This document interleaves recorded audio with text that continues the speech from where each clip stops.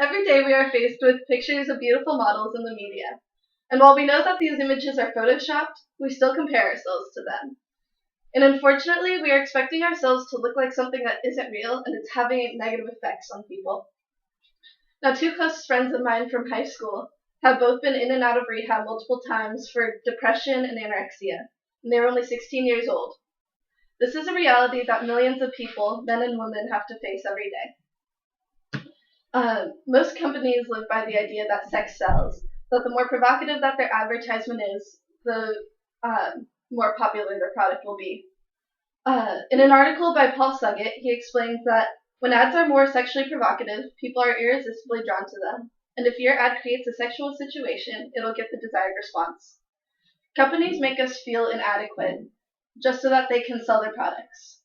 The Truth in Advertising Act of 2014 should be passed because digitally edited photos in advertisements are having negative effects on the way that people view themselves. How many of you are tired of turning on your TV or opening up a magazine and finding a gorgeous model staring back at you? For girls, we are subjected to the size 0 model with long hair, light skin, perfect teeth, a thigh gap, and clear skin, while guys are bombarded with photos of the typical model of tall, dark, and handsome. These images can have serious effects on people, such as body dysmorphic disorder, eating disorders, depression, or low self-esteem. In a 2011 issue of Glamour magazine, 300 women were asked to write down every negative thought that they had about themselves for an entire day. It was found that on average, every woman has about 13 negative thoughts about herself daily, telling herself things such as, "You're a fat, worthless pig," "I hate my stomach," or "I'm ugly." Men and women are both affected by these sexual advertisements. However, they do not affect men as severely as women. According to Renee Englund, a body image researcher at Northwestern University, women spend more time and money on beauty and are more likely to get commentary about their physical appearance and are more likely to hate their bodies. To help show how much more women are judged based on their looks, Karl Stevanovic, an Australian anchor, wore the same suit for an entire year to see what reaction he would get. While his female colleague, Lisa Wilkinson, was constantly criticized for her looks, Stefanovic never got a single comment about his suit. Women are judged much more than men based on their looks, and a big part of this comes from the standards that advertisements set for women. It has been found that over 70% of girls between 15 and 17 avoid daily activities such as going to school when they feel ugly. 75% of girls who suffer from low self-esteem admitted to engaging in activities such as cutting, bullying, smoking, drinking, or disordered eating.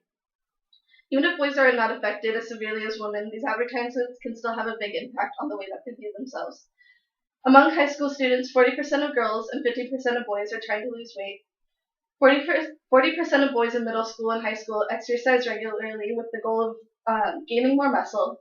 38% of boys use protein supplements, and 6% have tried steroids. We see photos and advertisements and think that this is what we have to look like in order to be considered attractive. We are willing to do whatever it takes to look like the models in these advertisements, but it's impossible and we are destroying ourselves. The Truth in Advertising Act of 2014 directs the Federal Trade Commission, or the FTC, to submit a report to Congress that contains a strategy to reduce the use in advertising and other media for the promotion of commercial products of images that have altered the individuals depicted. The FTC is the nation's consumer protection agency, which oversees deceptive advertising. Usually they only investigate one specific ad at a time, but with this act, they will have to investigate all ads that modify their models. With the act, the FTC has 18 months to meet with all stakeholders such as health groups, eating disorder groups, and the advertising community to figure out a way to protect consumers from these types of advertisements, and then they'll meet up with Congress and report their recommendations.